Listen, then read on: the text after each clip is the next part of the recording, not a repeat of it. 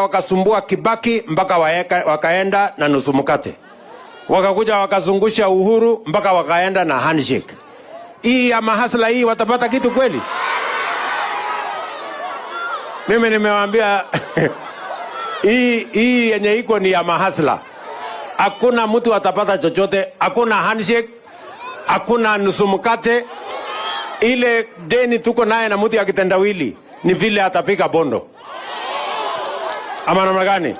Kama ni kwa wheelbarrow, kama ni kwa gari ya moshi, bora afike nyumbani. Ama namna gani? Ama mnasemaje? Si hiyo ndio deni tuko naye? Awaje kutusumbua? So mimi nataka niwahakikishie hiyo ndio maneno na msikuwe na wasiwasi. Mimi niliwaahidi hawa watu hawawezi kutushinda. Si walikuwa wanajifanya ati wako na deep state, wako na system, sijui wako na nini. Lakini si walitembea. Sasa tuliwatembeza, mnafikiri watahepa hii? Watafika nyumbani Bondo, hakuna mahali watahepea hapa. Negwo. Sawa sawa.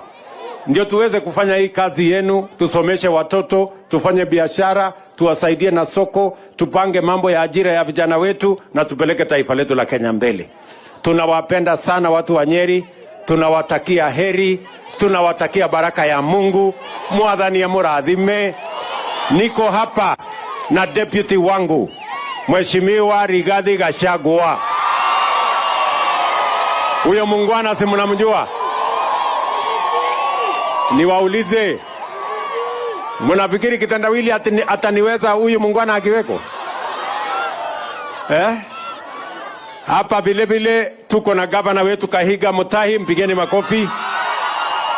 Tuko na mbunge wetu Rehab Mokami.